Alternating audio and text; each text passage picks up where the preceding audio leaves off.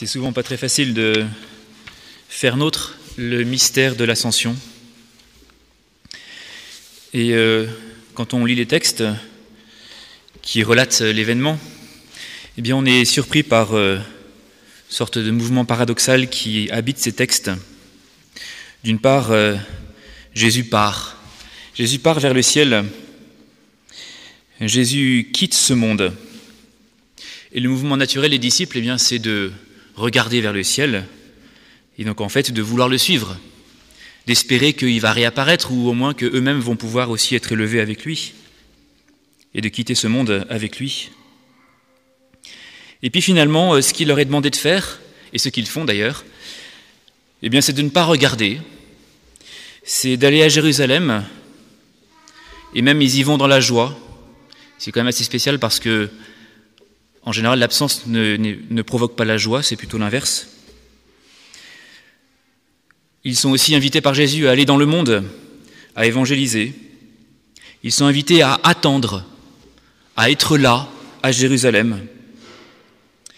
Et puis, c'est pas qu'ils auront à le suivre un jour, c'est que lui-même reviendra. Donc ça ne sert à rien d'aller là-bas, parce que c'est lui qui va venir. Bref, il faut rester dans le monde, il faut s'enraciner dans le monde pour les disciples. Il faut même aller jusqu'aux extrémités du monde, il faut faire sien le monde. Alors comment l'intérioriser pour nous ? C'est vrai que cette absence de Jésus, ce départ, eh bien, il crée une tension dans notre cœur. Il crée un désir. Et c'est ça que va signifier l'attente. Nous pouvons attendre parce que nous désirons. Et si nous attendons parce que nous désirons, eh bien, il y a un petit danger qui peut se faire pour nous, qu'on pourrait appeler la mystique d'évasion. Le fait de vouloir s'évader, d'imaginer que, au bout d'un moment d'attente, eh bien, un monde idéal va enfin s'ouvrir pour nous.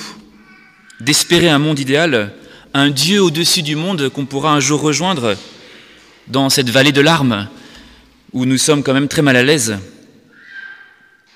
Et puis petit à petit, ce danger se transforme en mépris du monde. On cherche de plus en plus à couper avec le monde.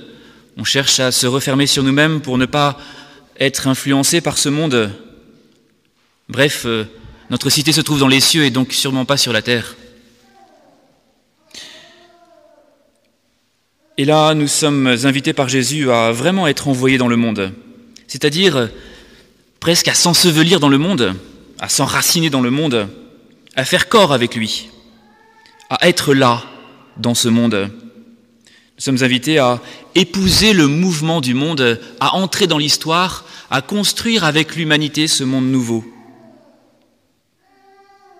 Mais non pas le construire comme ces gens qui un jour ont construit la tour de Babel parce qu'ils ne voulaient pas de Dieu, ou comme ceux qui ont oublié Dieu et qui du coup cherchent à se construire un salut dans le monde, une humanité future qui pourra les sauver. Non, si nous sommes dans le monde, c'est aussi parce que nous sommes porteurs, et de plus en plus, de ce désir qui nous habite, porteurs de cette attente. Et que la raison profonde pour laquelle nous nous enracinons, et que peut-être que nous nous enracinons encore plus que les autres dans ce monde, c'est parce que cette attente, dans notre cœur, elle n'arrête pas de bouillonner. Elle est un vrai désir.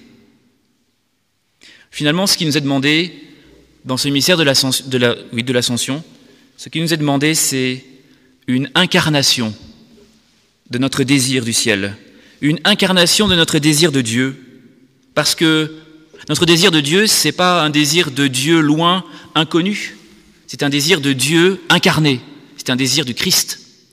Et donc nous sommes invités à nous incarner dans le monde, à incarner ce désir pour qu'un jour, le monde puisse découvrir le Christ.